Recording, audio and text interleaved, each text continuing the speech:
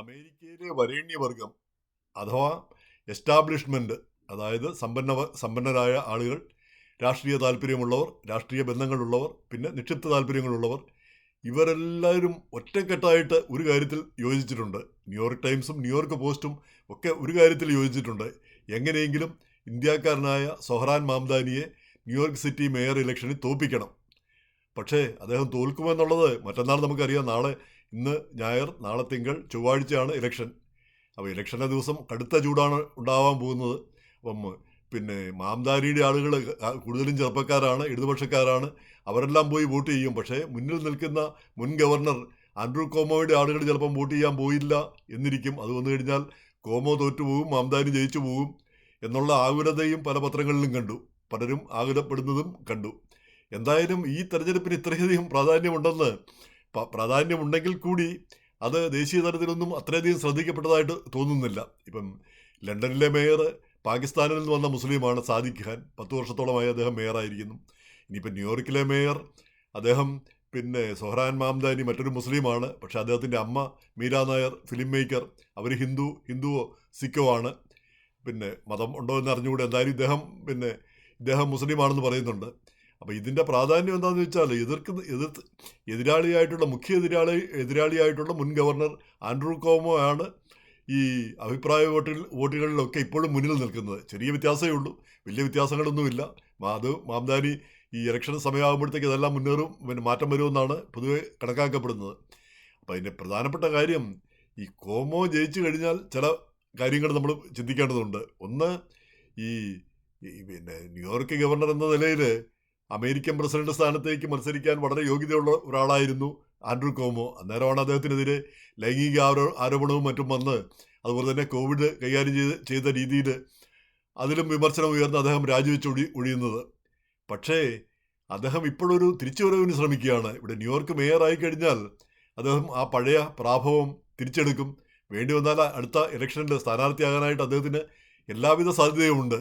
Democratic സ്ഥാനാർത്ഥിയാകാനായിട്ട് ഇപ്പം മുന്നിൽ നിൽക്കുന്നത് എന്ന് നമ്മൾ കരുതുന്നത് കാലിഫോർണിയ ഗവർണർ ഗാവിൻ ന്യൂസമാണ്.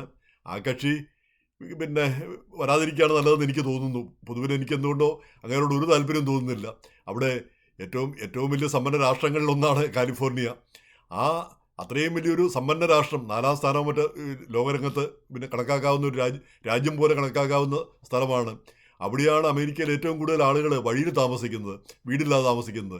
പിന്നെ എന്തോന്ന് സോഷ്യലിസം, പിന്നെ എന്തോന്ന് ഡെമോക്രസി, എന്തോന്ന് ഡെമോക്രാറ്റിക് പാർട്ടി. അങ്ങേരെ ഏറ്റവും കൂടുതൽ ശ്രദ്ധിച്ചുകൊണ്ടിരുന്നത് ഇവിടെയുള്ള എല്ലാവിധ ഭക്ഷണത്തരങ്ങളും, അതായത് LGBTQ, അബേർഷൻ, ഇതിനൊക്കെ നിയമങ്ങൾ ഉണ്ടാക്കുക, അല്ലെങ്കിൽ പെണ്ണുങ്ങളുടെ കുളിമുറിയിൽ ആണുങ്ങൾക്ക് പോയി കുളിക്കാനുള്ള സൗകര്യം ഉണ്ടാക്കുക, ഇങ്ങനെയുള്ള കാര്യങ്ങളൊക്കെയാണ് ഈ കക്ഷികളൊക്കെ ശ്രദ്ധിച്ചുകൊണ്ടിരുന്നത്. അല്ലാതെ ജനങ്ങളുടെ കാതലായ പ്രശ്നങ്ങൾ, വീടില്ലാത്തവരെ എങ്ങനെ വീടില്ലാതാവുന്നു, അതെങ്ങനെ ഒഴിവാക്കാനാവും, അല്ലെങ്കിൽ ജനങ്ങളുടെ ഈ സാമ്പത്തിക പ്രശ്നങ്ങൾ, അവരുടെ ജോലി, അതുപോലെ തന്നെ ശമ്പളം, ഇങ്ങനെയുള്ള കാര്യങ്ങൾ, ഇതേപ്പറ്റിയൊന്നും യാതൊരു മിണ്ടാട്ടവും ഇല്ലായിരുന്നു. LGBTQയും അബേർഷനുമാണ് ആളുകളെ വാസ്തവം പറഞ്ഞാൽ ഇത് പറഞ്ഞു കേട്ട് വാസ്തവം പറഞ്ഞാൽ ഡെമോക്രാറ്റിനോടുള്ള രോഷം കൊള്ളുന്ന ആളുകളെ പോലും കണ്ടിട്ടുണ്ട്. എങ്ങനെയായാലും അദ്ദേഹത്തെക്കാൾ ഭേദമായിരിക്കും ഈ കോമോ എന്നാണ് തോന്നുന്നത്. കുറച്ചുകൂടെ ഒരു മിതവാദിയാണ് കോമോ. എങ്ങനെയായാലും ഇവിടെ ജയിച്ചു കഴിഞ്ഞാൽ, ഒരുപക്ഷെ മേയറായി കഴിഞ്ഞാൽ, ഒരുപക്ഷെ അടുത്ത സ്ഥാനാർത്ഥിത്വത്തിന് കോമോ ശ്രമിക്കാനുള്ള സാധ്യതയുമുണ്ട്. അപ്പോൾ രാഷ്ട്രീയപരമായിട്ടും വളരെ പ്രധാനപ്പെട്ട ഒരു ഇലക്ഷനാണ് ഈ വരാൻ പോകുന്നത്. പക്ഷേ മറ്റന്നാൾ എത്ര പേര് വോട്ട് ചെയ്യാൻ പോകും എന്നുള്ളതാണ് കണ്ടറിയേണ്ടിയിരിക്കുന്നത്. കാരണം ചൂട് കൂടുതലൊക്കെ ആണെങ്കിൽ ആളുകളൊക്കെ പോകുമോ? ഇപ്പം നല്ലൊരു വിഭാഗം ആളുകൾ ഇപ്പം തന്നെ വോട്ട് ചെയ്ത് കഴിഞ്ഞു ഏകദേശം. ഇന്നാണ് ലാസ്റ്റ് ഡേ, ഈ ഏർലി വോട്ടിങ്ങിൻ്റെ ലാസ്റ്റ് ഡേ. അപ്പോൾ നല്ലൊരു ശതമാനം ആളുകൾ വോട്ട് ചെയ്ത് കഴിഞ്ഞിരിക്കുന്നു. അവരിലെല്ലാം തന്നെ ഈ ചെറുപ്പക്കാരും ഇടതുപക്ഷ അനുഭാവികളും എല്ലാം മാംദാനിയുടെ പിന്നിൽ ശക്തമായിട്ട് നിൽക്കുന്നു എന്നാണ് സൂചനകൾ. അപ്പോൾ അങ്ങനെ വന്നു കഴിഞ്ഞാൽ വലിയ മാറ്റങ്ങൾ. ഈ മാംദാനി ജയിച്ചു കഴിഞ്ഞാൽ, പ്രൈമറിയിൽ ജയിച്ചു കഴിഞ്ഞാൽ പിന്നെ ഓട്ടോമാറ്റിക്കായിട്ട് ന്യൂയോർക്ക് സിറ്റിയിൽ ജയിക്കുക പ്രയാസമുള്ള കാര്യമല്ല. ന്യൂയോർക്ക് സിറ്റി ഡെമോക്രാറ്റുകളുടെ കോട്ടയാണ്. അവിടെ വിജയിക്കുന്നുള്ളതിന് തർക്കവുമില്ല. അപ്പോൾ ഈ 33-കാരനായ മാംദാനി പറയുന്ന നല്ല കാര്യങ്ങളുണ്ട്. ഈ ബസ്സിലൊക്കെ യാത്ര ഫ്രീ ആക്കണം. പിന്നെ ഈ കുട്ടികളെ നോക്കാനായിട്ട് 4-5 വർഷമൊക്കെ ചെറിയ കുട്ടികളുള്ളവരൊക്കെ ഈ ചൈൽഡ് കെയർ അതിന് സിറ്റി സപ്പോർട്ട് ചെയ്യണം. അതുപോലെ ഉള്ള പിന്നെ ഗ്രോസറി പിന്നെ വില കുറച്ച് ഗ്രോസറി കിട്ടാനുള്ള സംവിധാനം ഉണ്ടാക്കണം.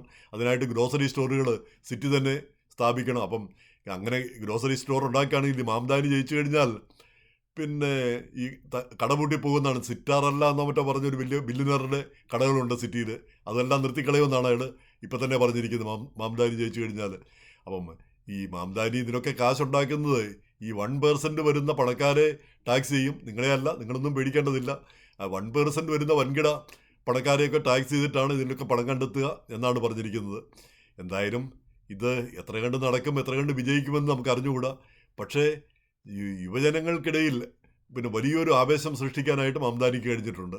അദ്ദേഹത്തിൻ്റെ പേര്, അദ്ദേഹം വല്ല ക്രിസ്ത്യൻ വിഭാഗം വല്ലതും ആയിരുന്നെങ്കിൽ ഈസി ആയിട്ട് ജയിക്കുമായിരുന്നു. ഇപ്പം മാംദാനി എന്നുള്ളൊരു പേര് ഉള്ളതുകൊണ്ടും മുസ്ലിം ആയതുകൊണ്ടുമുള്ള കുറേ ഒരു പിന്നെ വിരോധമുണ്ട്. പ്രത്യേകിച്ച് ഈ ഇസ്രയേൽ കഴിഞ്ഞാൽ ഏറ്റവും അധികം പിന്നെ യഹൂദർ താമസിക്കുന്ന ന്യൂയോർക്ക് സിറ്റിയിലാണ്. യഹൂദരുടെ ഏറ്റവും വലിയ കേന്ദ്രം ന്യൂയോർക്ക് സിറ്റിയാണ്.